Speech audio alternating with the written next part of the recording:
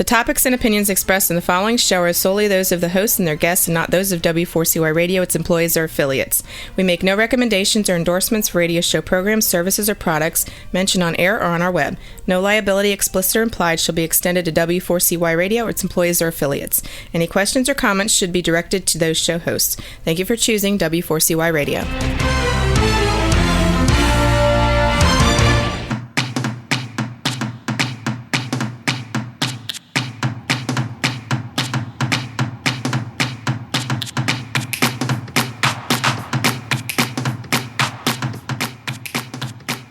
Hey, Happy New Year's, everyone, and welcome to 2019, the first Geeks, Geezers, and Googlization show of the new year. I'm your host, Ira Wolf, along with my co-host, Keith Campagna, and our sponsors, JobVite and Success Performance Solutions.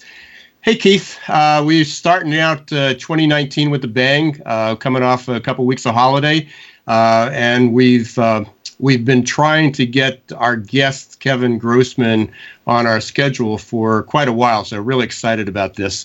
But Happy New Year to you. How you doing? Yeah, I'm doing well. Happy New Year to you and yours, and to Kevin as well. This is great. I've been having a pretty good time here. The holiday season treated me and the family well enough, nice and rested. There seems to be an awful lot of continued disruption, so to speak, as we head into 2019. I know a lot of people are curious about how we're going to be in a year from now, so let's see how it plays out. I'm looking forward to Kevin. I saw Kevin a couple months ago down in Florida for the Candy Awards and had a great time talking with him, and glad to be back in front of the audience again. Yeah, so how did 2018 end up for you? I know in the last couple of weeks you were in a rush with the end of the quarter and everything worked out well, yeah? Yeah, JobVite had a fantastic year, best year in history. There seems to be a ton of momentum building. We've got a whole lot of awesome announcements that are coming within the next couple of weeks in terms of partnerships. So there's just so much momentum. I had a great time. I got a lot of other companies now that are starting to, I think what happens is there's that rush, right, towards the end of the year. And then what happens is everyone takes a deep breath at that last week of December. And now there seems to be, just in these last couple of days, a whole lot of attention going back to the idea that it's really, the future work is a little bit up in the air right now in terms of what the economy is going to look like. And people are still trying to figure out how they could find really good candidates. So it's fantastic to have Kevin on the show because we believe a certain approach. How about you? How was the end of your year? Hectic. It was busy. It's hard to believe that just 2 weeks ago was Christmas. It seems like there's a lot of activity that happened between then and now. It was good, though. I didn't know what this year was going to bring as far as a lot of speaking opportunities being out there. I had a ton of travel last year, and I was sort of looking for, maybe, I don't want to say being calmer because I like being busy, but I had a couple opportunities speaking at two of the national SHRM meetings. You'll appreciate this. SHRM at their conferences, especially the national ones, now has these like 18-minute TED Talk talks, during the conference center. Yeah, and I was just invited to do one in their April session, the SHRM Talent Exposition. So talking a lot about video, which will fit into what we're talking about with Kevin on the candidate experience, how video's a big play there. So that was good. Got invited to talk to about 3 more SHRM groups and some business groups, actually through one of our prior guests, Robbie Gulry, from Engage Talent, who I continue to be impressed with what they were doing with their software, with their solution.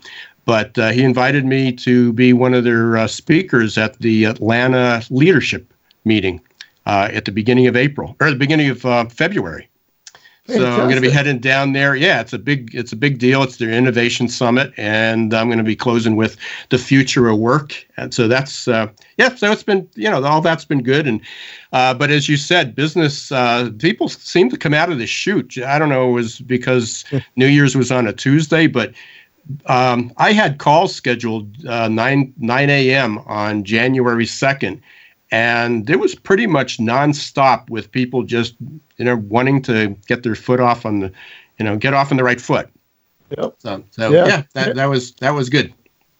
Yeah. And then, of course, we're pre-recording this because in order to fit everybody's schedule, and we're really excited to do that.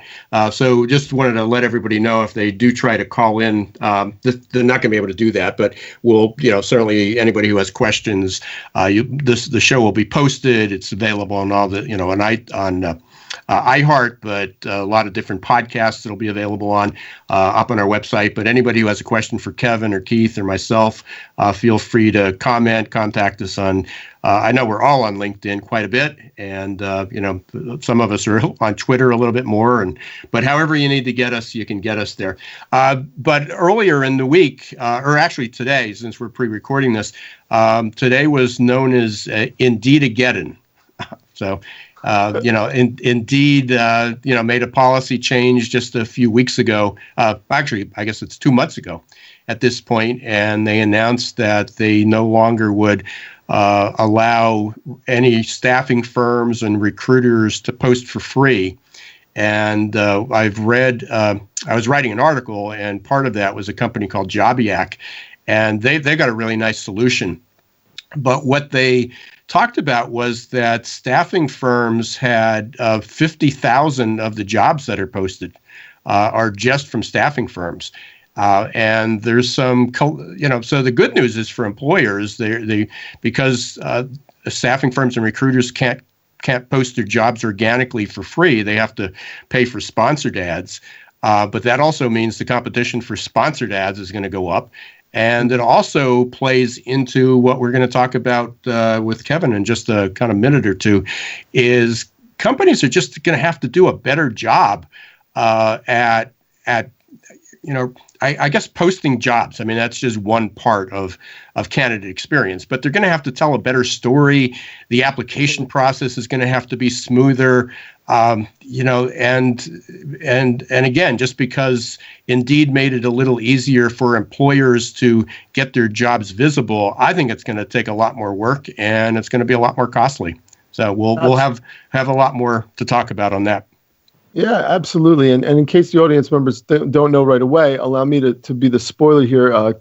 Kevin's organization, the Talent Board, is really responsible for promoting the notion of candidate experience as being the primary driving element of any kind of talent acquisition or recruiting process.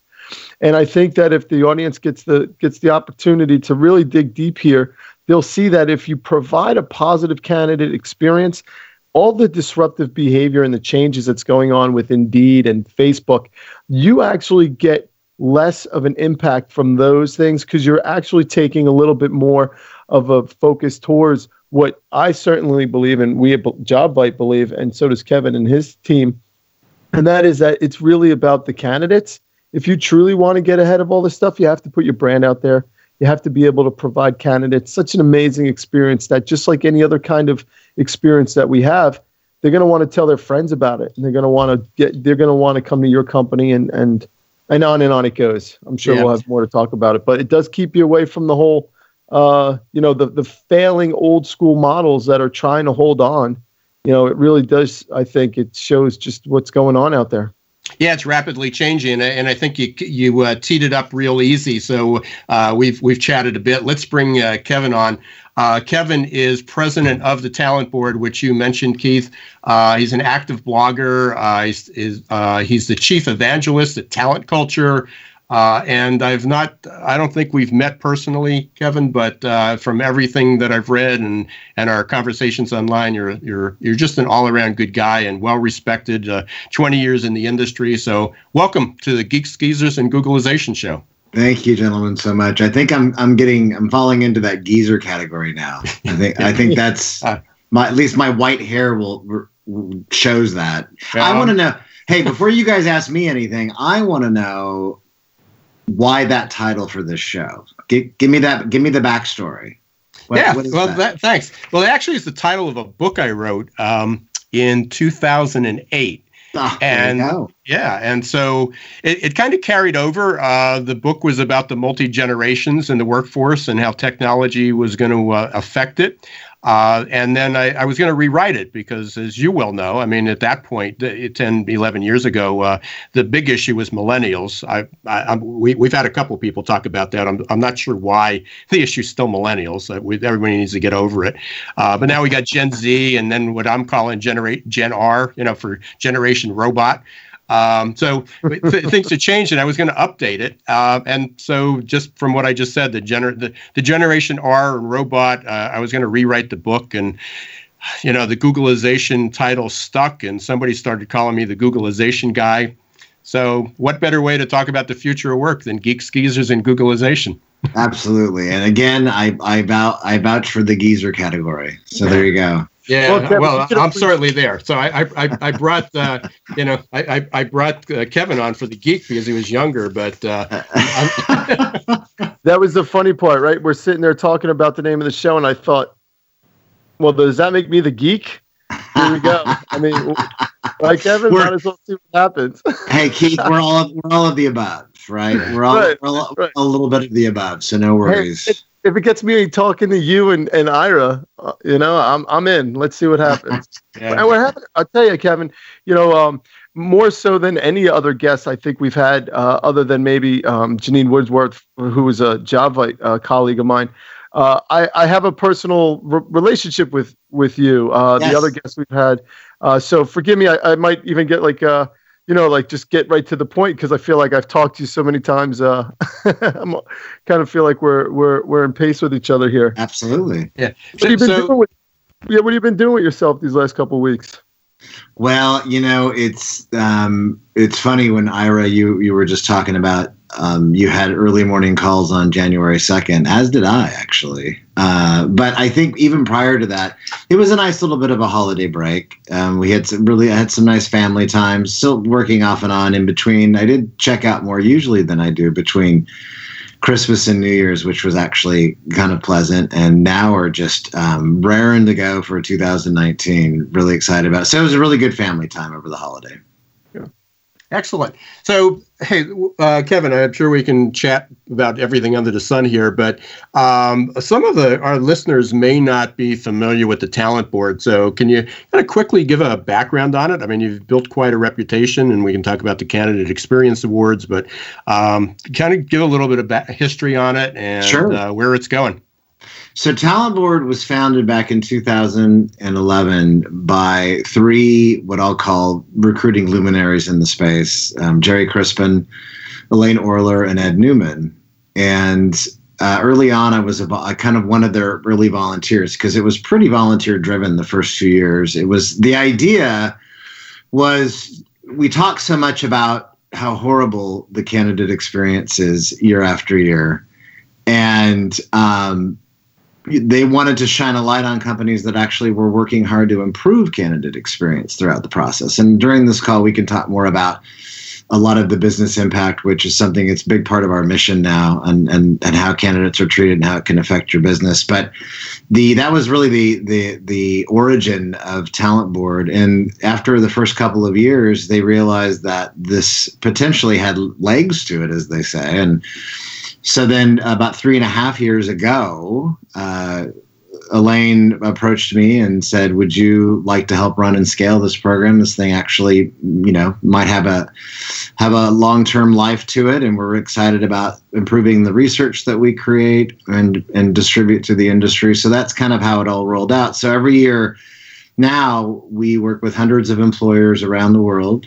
In North America, EMEA, as well as Asia Pac. And soon this year, we're excited to announce that we'll be moving into Latin America as well. Congratulations. Getting companies excited about participating in our research, first doing a self-assessment on the employer side about what they're doing in recruitment and how they assess their own candidate experience, and then targeting a population of candidates, asking for their feedback from pre-application to onboarding is kind of the gamut that we cover. And then as Keith knows, and it can attest to, because JobVite's been a big supporter of our program for many years as well, because we're a nonprofit, it's been primarily driven by a lot of our sponsors, as well as the companies that participate in the research. And we're just really excited to kind of grow and expand the program this year. And then we released the research. We're actually working on it right now. That's going to be released end of January, early February. And through all the regions that we cover, and then we launch our 2019 program year in March. So we're pretty excited. Well, it certainly sounds exciting, and you actually mentioned about sponsors. So we're going to actually introduce our sponsors that makes this show possible.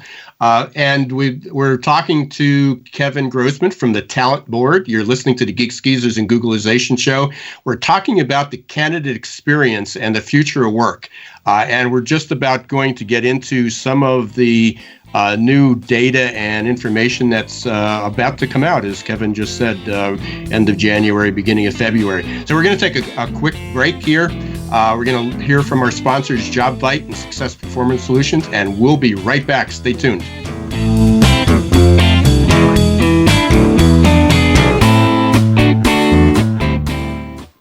Behind everything you're searching for is something you're actually looking for. When you search with the real Yellow Pages, you get more than a contractor. You get a whole new curb appeal. It's not just getting directions to a dry cleaner with YP.com. It's rescuing an old favorite from the back of the closet. And it's more than finding a locksmith with YP.com on your mobile. It's getting to sleep in your own bed. Whatever it might be, there are more ways to search and more ways to find exactly what you're looking for with the real Yellow Pages, YP.com, and YP.com on your mobile, only from AT&T. What's up, everyone? This is Keith from the Geeks, Geezers, and Googlization show, powered by JobVite. JobVite knows career paths are made by people, not by open job requisitions. JobVite's platform ties recruitment marketing directly to applicant tracking and onboarding, creating continuous candidate engagement that effectively connects recruiters with qualified passive candidates. Used by over 50,000 recruiters placing over 1 million jobs, JobVite's platform impacts every company in every industry. Check us out at jobvite.com. Listen carefully. Up to 9 out of 10 job candidates visiting your company career page leave before completing an application. You heard that right. 90% of candidates who want to apply for a job at your company don't. That's just plain crazy, especially in today's tight labor market. Candidate experience matters. Stop turning candidates away. Let Success Performance Solutions help. Call us at 800-803-4303 or register at successperformancesolutions.com/W4CY. Schedule a no-obligation consultation and get special access to insider tips to recruit faster and hire smarter.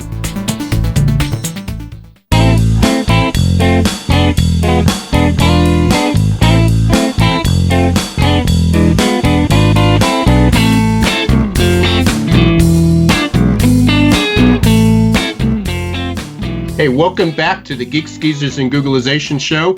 We're talking today with Kevin Grossman and my co-host, Keith Campagna. We're talking about the candidate experience, the talent board, the future of work, and everything relates to that. So, Kevin, when we kind of broke off, there was a couple things that we were talking about. One is the 2018 benchmarking, or I guess the metrics or the results of all the surveys are going to come down. But I pulled from last year's report a couple things that were interesting. And I guess the questions that you tend to focus on are, what do candidates want and expect from an employer? What are employers doing to meet the candidate needs? And what can employers do better overall? And I would assume that last question, what can employers do better overall, is really what everybody's kind of searching for. Am I correct? You are correct, and I can tell you what's fascinating is that there are some really key differentiators that we see every year in the research, but there's not a one size fits all either, though. And one of the things that we're really finding, we're digging even deeper into our data and looking at potential differences across industries as well as company size. One of the things that we do find, though, just kind of first big picture, and then we can drill down more and talk more of the data shop. But the listening and communicating more is one of the biggest differentiators that we see every year in our research and our data. So regardless of industry, regardless of company size, makeup, whatever the case is, we know, because we see it every single year in the data, that those companies who are investing more in communication and feedback loops from pre-application all the way to the onboarding, and even beyond for that matter, because as far as I'm concerned, candidate and experience and employee experience are inextricably linked. So, and we're constantly having to re-recruit to retain, right, as well. So, but anyway, so investing more, not only, and that includes the automated communication, because it still has to be done for any company and that has any high volume hiring at all. There's no way that they can have a human touch every single candidate, right, and communicate. There has to be automation, but between that and then when there's more hands-on outreach during the interviews and screening portion of the hiring process, and not just personal emails, but picking up the phone. In fact, I can share a little tidbit about that. One of the things that we had looked at this year in the 2018 data that will be more in this year's report too, that we didn't touch on too much last year, is that we find that there is a big difference in overall candidate ratings for those candidates who at the point of interview rejection 60%, 60, tell us that they're still only getting an automated email at the point of rejection after the interview process. And I'm not totally surprised, but I'm kind of surprised though. That's a lot of the candidates still that are just getting an automated email. And then it kind of jumps down to about 20% who are getting a personal email from the recruiter or the hiring manager, and then it goes down to 10% that are getting a phone call. Now, what the bigger takeaway here is the ratings that the candidates are giving that experience overall. When it isn't just an automated email interview rejection response, they're rating, when we look at because we do a lot of Likert scale ratings, right? 1 to 5 Likert scale, 1 being the low score, 5 being the high score. The average rating at that automated email rejection is about only 2.5 out of 5. It's low. But it jumps all the way to 3.4 out of 5 when there's a phone call involved, even if it's not even a lot of specific feedback, because most companies aren't that comfortable in their culture to do that. But that's a huge increase overall in positive candidate sentiment, just going from the automated email to the phone call. And I know we've talked to many Candidate Experience Award winners on our end. New York Presbyterian is one example.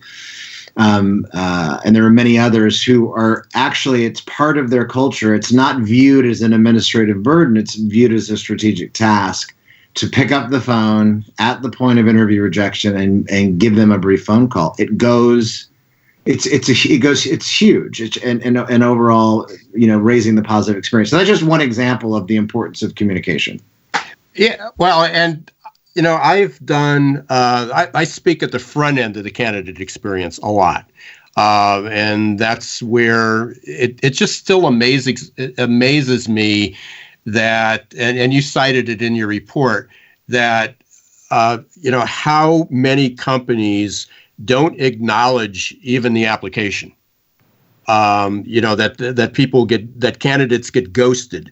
And, you mentioned that they don't hear until after the interview or until they're rejected, and then they simply get an automated message. But it just blows my mind in today's day and age how many companies still don't respond to the candidates at the first stage. They don't. Now, when you look under the hood a little bit more, there's something to keep in mind. Now, granted,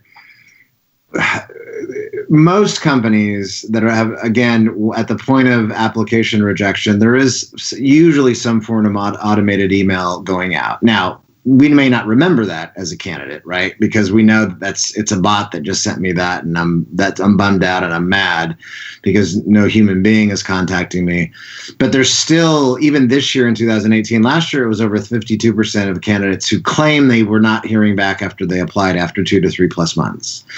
It's dropped a little bit, but it's still 46% in the 2018 data. There's a lot of folks that say they just don't remember being contacted after they applied and not hearing anything back. And especially today in such a tight job market overall, even though, Keith, I have to agree with you, I'm kind of an econ junkie. I mean, it may get a little bumpy this year in 2019, but there's still some really strong indicators for job growth and even global business. And the fact is that, candidates are still more in the driver's seat, and they're still having to put up with this overall. I agree. I agree 100%. And that, to me, is the big part here. The reality is that the candidates, the employees, the people that catch on to this idea, this reality of this strong economy, we have very, very few available qualified professionals in basically every single industry in all rank and file to grow the companies. The power is completely shifted to the individuals away from the companies, and the companies that don't start to consider the kind of concepts and best practices the talent board promotes, they're going to get left. Ira, check me if I'm wrong here, but because of the pace of change and how fast everything moves, I'm under the impression that we're going to start seeing a very big gap between the metrics of successful companies. And when I say successful, I mean the ones that catch on to the candidate engagement experience versus the ones that sit around and wait too long. No, I would absolutely agree with that. Hey, Kevin, I got a question. I mean, and I didn't see this in the report, but you got so much data in there. Do you measure candidate abandonment at all during the application stage? Do you start that early in your process? No, so that's a good question. So we're not measuring that because it's not one of the questions that we're asking, because the questions that we're asking are directly of the candidates about their experience and what they do. We're not asking them if and when they abandon the process. We do ask them, though, how they were communicated with by the company if and when they were told they're no longer going to be pursued. So we're not measuring abandonment. Gosh, if we could do hundreds of questions every year, I would do that. But we would never get a survey answered. In fact, we're actually reducing the number of questions going into 2019, which is something we've been wanting to do for the past couple of years, and have two flavors of our survey in the 2019 program year. One that's going to be I'll call the full service content. It's a reduced survey from what we've been doing today, but it's still a lot of great data for companies from pre-application onboarding. And then we're going to have a very short version of only 10 to 15 questions that companies could also engage in.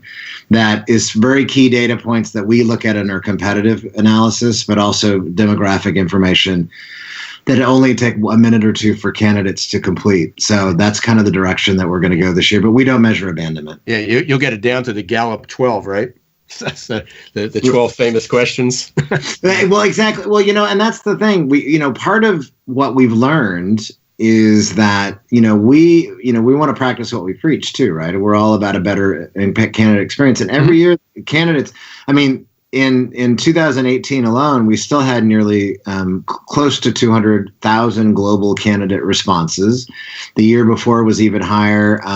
But I think that potentially what we want to do is we're trying to make sure that the candidates are more willing to complete the surveys and give us, because, we're asking them to give us, to share their voice. Actually, it's coming from the companies directly. We're the third party research organization that everything's funneled through and back to. But the request comes from the employer themselves. That's why this program is for the employers, to really help them improve their individual candidate. So they're distributing our survey link to a population of their candidates, asking them to take the time and give us the feedback, because we really are working hard to improve that experience, right? So what we're wanting to do is grow the number of companies that participate, as well as increase the volume of candidate response and dig even deeper into the data into those cuts this year. And a little bit later in the show, we can talk more about the business impact. But that's really more and more our mission, is the fact that the sheer number of rejections that companies have to, that do give every year, 99 out of 100 people don't get the job, right? Mm-hmm. That sheer volume can totally eat away at a business and a brand over time, much more so than the hires they make can offset it. Even, again, not to say that hires aren't important, because of course they are. They help grow and sustain the business. But that volume of individuals that don't get hired at the end of the day, that can potentially hurt a company's bottom line, or it can actually help too, which we could talk about. No, and my mind's going crazy, because when I'm starting to visualize what you're talking about at the end of the process, that 99 out of 100 don't get a job, and how do companies handle that? I'm looking at the front end, and the companies that we bring online, I'm seeing, abandonment rates as high as 90%. So, first impression from a candidate is that they don't even go through the process. But if they do get through the process, then you're talking about how do companies handle that. So sort of that barbell in between, where people look at the funnel, and maybe it's a barbell. So you have all the people at one end trying to get into the system, and there's a lot of fallout, and then you have a lot of people at the back end, and then there's fallout from that. As far as the impression. Hey, we're just up against another break here, so we're going to take about another 2-minute break. And when I come back, I've got a question, especially with automation and technology, because I know some companies are starting to, or at least candidates are pushing back because of that anonymity and that kind of the cold corporate response that they get from technology. But look at what's ahead and what you're seeing. So you're listening to the Geeks, Geezers, and Googlization show. We're with our guest, Kevin Grossman from the Talent Board. We're talking about candidate experience and technology's future work, how things are changing. We're going to take another quick break, hear from our sponsors, JobVite and Success Performance Solutions, and we will be right back.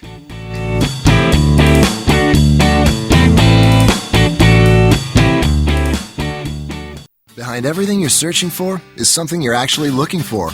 When you search with the Real Yellow Pages, you get more than a contractor. You get a whole new curb appeal.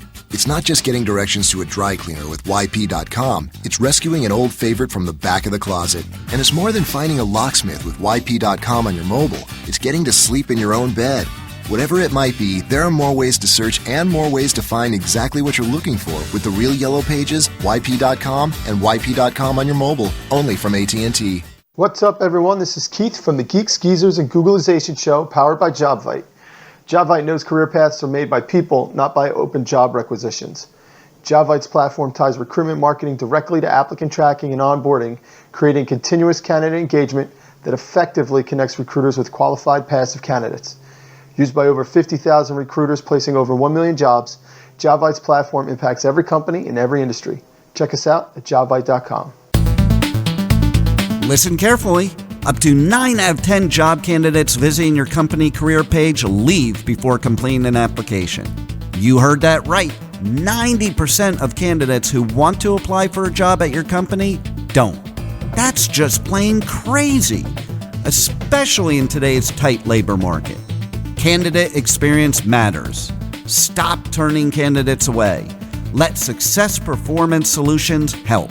Call us at 800-803-4303 or register at successperformancesolutions.com/W4CY. Schedule a no-obligation consultation and get special access to insider tips to recruit faster and hire smarter.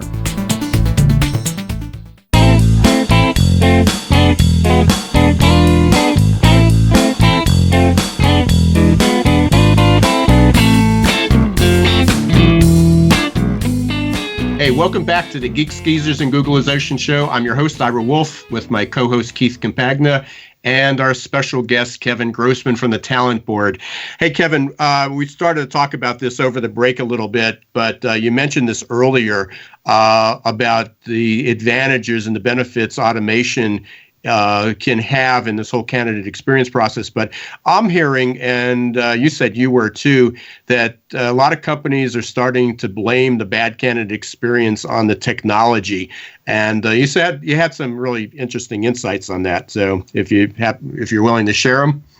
Sure. So from our perspective at Talent Board, and this is evident even in between the lines for the data that we aggregate every year in the benchmark research, but as a candidate, and I think everybody listening to this should put themselves in that shoe too, because we've all gone through job searches, we've all been experienced this. We could give a squat about the technology stack that a company is employing. It doesn't matter at the end of the day. I mean, yes, we don't like getting just automated rejection notices through a particular system, but that's not a shortfall of the technology. Technology is there to help empower the recruiting process, and unfortunately, because of a high level of hiring that goes on with some organizations, mid-size and enterprise global organizations, you have to use automation to communicate with candidates. You can't get around it. It's unrealistic to think that you. But it's not. That's not what's killing the candidate experience. What's killing it is just the lack of definitive closure, the perceived fairness to the process. Again, consistent communication between both automated and hands-on if you actually make it that far in the process. But definitive closure at the end of the day is really all we want to know. If you're not going to pursue me, then just tell me. And if it's in an automated message, so be it. It may be the case. But we were just talking about chatbots at the break, right? And, chatbots now being employed on career sites. Sometimes I hear some mixed reviews, but I think for the most part it's pretty positive because it's injecting a level of engagement pre-application that never existed before. It wasn't there. I don't talk to the career site. I can go watch videos. I can read testimonials. Those are all things, by the way, that are important to candidates. They want to hear more from the employees that are already working there. You're going to put your best face forward. But if I'm getting some questions answered, some level of engagement, even if it's with a chatbot, that's actually, I think, is a plus. And so those things can help inform. At the front end of the funnel, you're talking about a lot of folks, right, that are trying to get through. But I think technology, again, is only as good as how it's being utilized by the organizations. And you can nobody can tell me that you can have more personable automated messages that go out that are triggered at certain points of the disposition process. That's all. It's all there for you. Your company like JobBite will help walk you through that whole thing and be your advocate and your partner, right? That stuff's there. It's not the technology that's the problem. It's how it's being utilized. You're right, and all you need to do is look at the list of winners that received the Candy Awards. These are companies big and small, local, international, and what they're doing is taking hold of an idea, which is what you're promoting and what you're describing, at least in one capacity right now, and really just putting it to task and getting results simply by putting that candidate part in front. And they leverage technology, but they don't use it as the saving, the end all be all of a process that used to be manual. All right, exactly. Yeah, and Keith, you've heard me say this for you're my groupie. I haven't been on the road with you in a while. Yeah, no, we'll have to do it again. I got a session coming up in March in Allentown. But one of the things that I talk about, and I followed this for years because I do use a lot of emails and communication, and I try to automate as much as I can just to keep up. But I talk about you just replace a cold and corporate email with a warm and welcoming one. You just change the language. And, anybody who contacts me for my business at Success Performance Solution, within minutes, they receive an email and, it's a thank you. But if I don't hear from them in a day or two, they get a second email, which I frankly, here's a big secret. I didn't necessarily go in and write it personally to them, but it's amazing how many people respond to me because they followed up and it wasn't written, just was, hey, we didn't hear from you yet. It was a cordial, warm, welcoming email. and they get a third one, and the responsiveness is just great. So you're right. It's technology, garbage in, garbage out. Exactly. But I don't know how companies are going to be able to move on that. Hey, I got a question for you, Kevin. If we talk to you next year, January, whatever, 7th, 8th, 9th, something around that for our opening show, what do you expect that you'll see changed? I mean, looking forward, what do you think is going to be the big headline at the end of this year? As it relates to recruiting and candidate experience? Yeah, absolutely. That we're gonna continue to see the bar being raised. We're going to see more companies that are willing to take a look in the mirror and understand that it's not about making candidates happy. That's a nice aspiration. This is at the end of the day, this is a business transaction like any other, right? Except most people lose in that transaction or lose to the effect of their being rejected. So it's a messy human business transaction, but it still is. If more companies understood that the impact of just making incremental changes, shortening the application process, ensuring more personable automated messages that go out, maybe experimenting with a chatbot all on the front end, and ensuring that the interview process isn't disrupted, that you're not rescheduling on candidates, that they're on time. That also includes reining in the hiring managers as well. These things all can make a difference. So I think we're going to continue to see the bar being raised, and it has been. One of the trend lines that we see in our data the past few years, for the most part, around the world, candidate experience is being improved because we see it in the positive sentiment ratings that we're capturing. But here's the good news, bad news scenario. And I think we'll still have the same conversation next year. So, and I hate to be the bearer of bad news too, but we also see the same trend line going up of candidate resentment increasing. So we see improvements. The bar has been raised. In fact, overall aggregate around the world this year in our data from 2018, there was a 17% increase in candidates willing to rate their experience great, and that they'll increase the relationship with those employers, which means that they'll apply again, they'll refer others, and if it's consumer-based businesses, they may make purchases or influence them.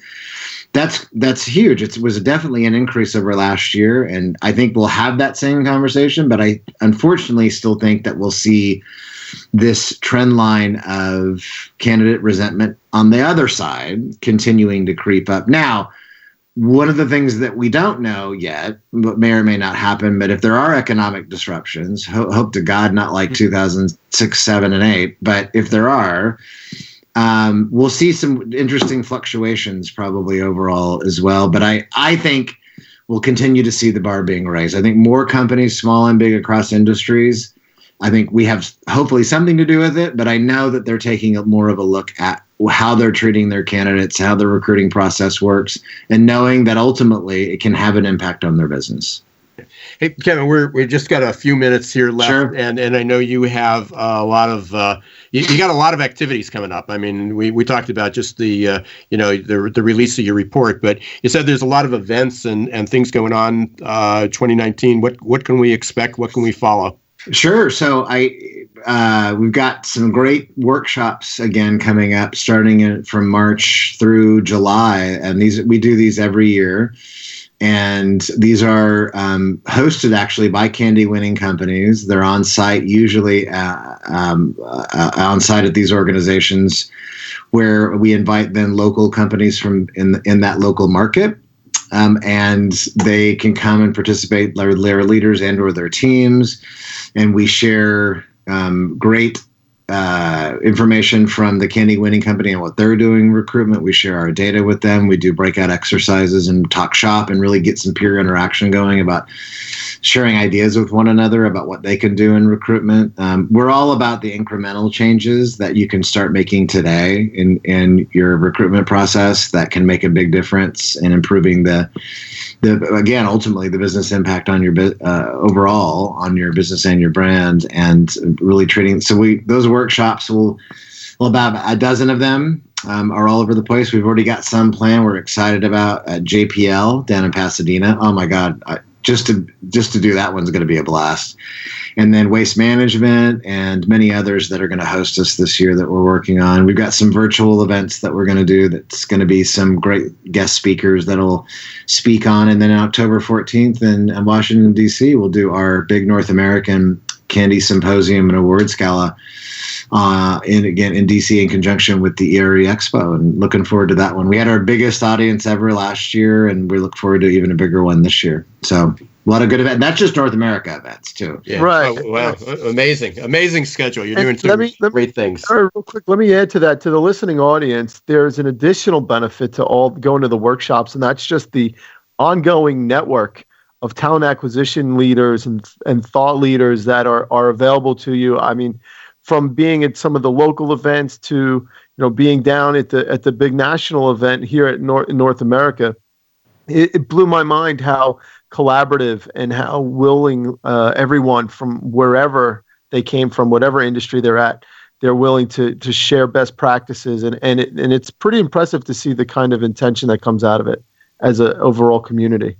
Yeah, thank you, Keith. Absolutely. Yeah. Now, I agree, and hopefully I can get down there or come across some of these other events. But Kevin, as I said from the very beginning, it was just great to have you as a guest. I appreciate you being flexible and being able to be here. How can obviously people can go up to the website, the Talent Board. It's thetalentboard.com. Nope. That's not. No, you're close, but it's thetalentboard.org. .org. Okay. Yep. O-R-G. I had that right in front of me, and I just blew it. That's all right. Don't worry about it. Thetalentboard.org. That's where you can see how to download our research, how to participate in the research, the events that are going to be coming up. All those things will be posted over the next few weeks for the rest of the year. So, excellent. And if somebody wants to get a hold of you, what's the best way? The best way is to connect with me on LinkedIn. I'm an open networker, so connect with me there, and we can go from there for sure. Super. Well, again, I can't thank you enough for being here. You're doing some great work. I'm sure to follow it. You'll be hearing, just by following me, you'll hear a lot about what you guys are doing. But keep it up. Hopefully, you'll be back. You're willing to come back and chat about it again. Absolutely, Ira and Keith. Thank you so much for having me. You got it, Kevin. I'll see you out there. You got it. All right. Well, Keith, we kind of took another show. We just have about a minute here to wrap this up. For everybody, you've been listening to the Geeks, Geezers, and Googlization show. We had a great guest today, Kevin Grossman from the Talent Board. Excited to talk about the future of work and the candidate experience. We'll get this posted very shortly up on our website and in iHeart Radio podcast. You'll be able to download it, and it'll be all over social media. Any final words, Keith? Any big announcements? Anything coming up? I'm going to be having that the webinar series. It'll be taking place later on this month. I'll get more information online and out there in next week's show. But looking forward to that. Having to do with life-work integration and why now is the time for you to make a move in terms of going after what you want for your career path and life. Super. And next week, we've got another really interesting guest. We're talking about the candidate experience today. We got, and I believe this is someone or met, Courtney Kirschbaum. Mm-hmm. I apologize to Courtney and you. I don't know if you recall her company name. CEO? Yeah. But she works, she's going to talk about how job seekers need to change the way they look for jobs. Yeah, exactly. Courtney has got an explosive personality, talking about, again, something that I resonates very much with me and my personal message of taking control of what it is you want with your career path. And she's got a ton of power. So it'll be fascinating. So again, we're looking forward to that next week, and we will be live again. So again, we appreciate everybody being here for our show, the Geeks, Geezers, and Googlization show. Still can't say all that fast. Yeah, beginning of the year. Yeah, I'm your host, Ira Wolf. My co-host, Keith Campagna. We'll be back next week, 1 p.m. Wednesdays on W4CY.com. Until next week, don't let the shift hit your plan. Take care, everybody.